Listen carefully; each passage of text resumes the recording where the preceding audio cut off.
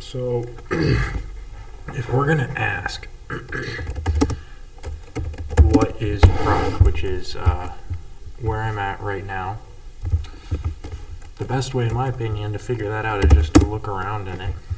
And if you look, there's a lot of stuff here, a lot of subdirectories, but there are some interesting things you can pick out right away, like CPU info.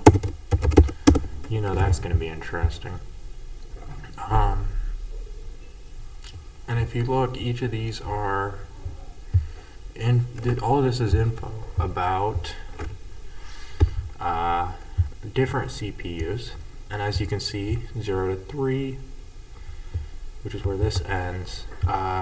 So what does that mean? Well, it probably means those are the 4 cores.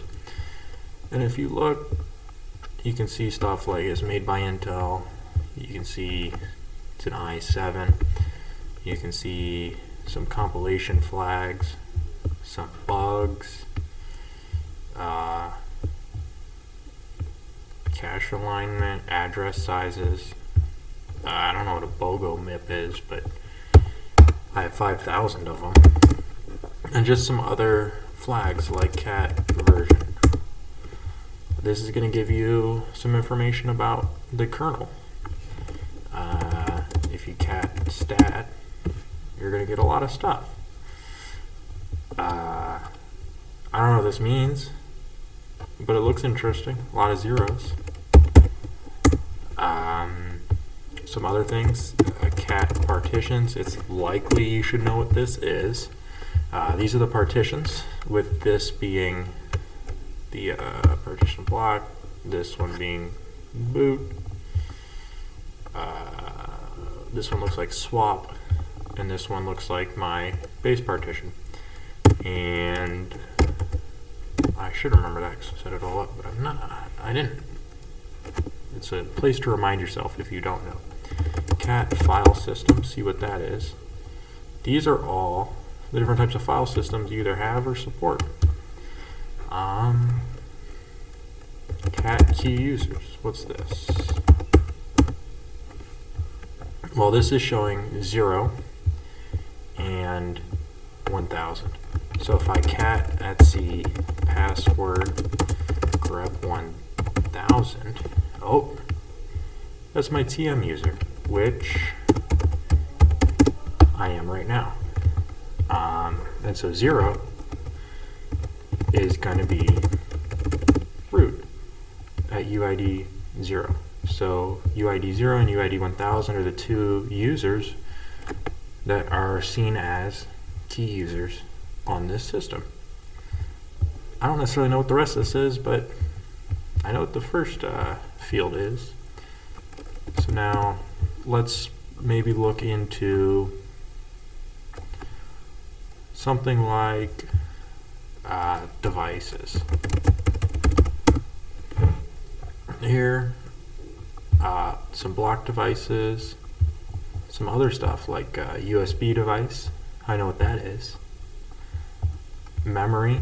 So this is going to be all the different devices you have connected to your motherboard. And there's one more that I know about that I'm forgetting. Cat file systems. I already did that one.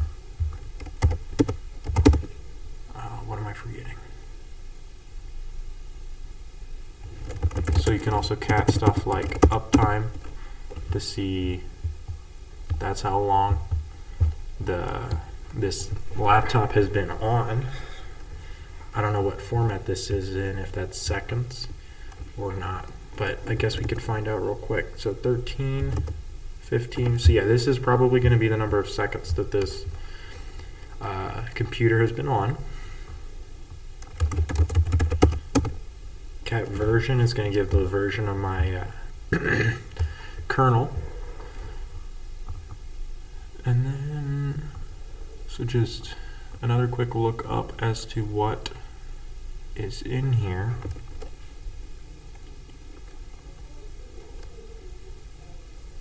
So if I cat boot config, there's not going to be anything in there, but let's quickly look into these numbers. What are these numbers? Well, if I run a quick ps aux, I find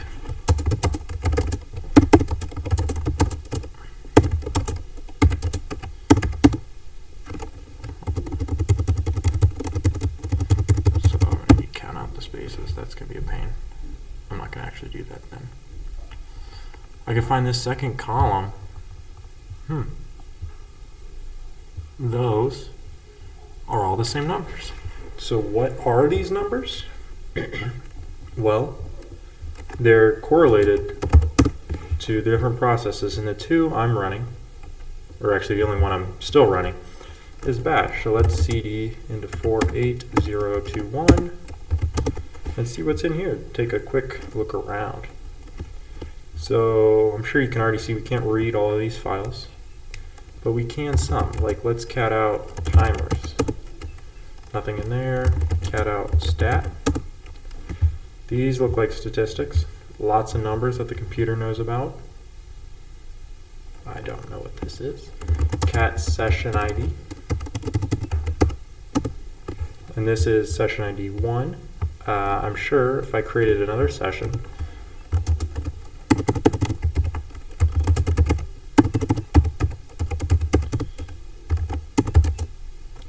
uh, 48021, that's still 1. C.S/51687.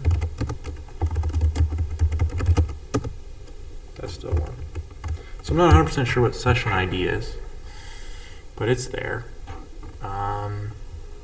Some other things, like Arch status maybe.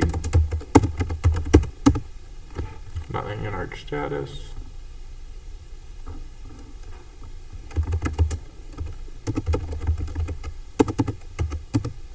CPU sets at slash.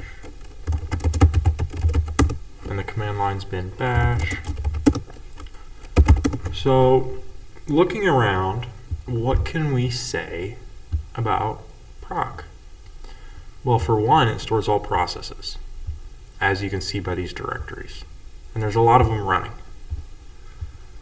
So that's pretty important in and of itself. And then it has other things for buses, drivers, file systems, teletype terminals. It has boot config information. It has information about the file systems, users, memory. Proc largely isn't something you're going to want to touch every day, because if you're touching it often, something is very wrong with your computer, and you should reevaluate your current plan of action.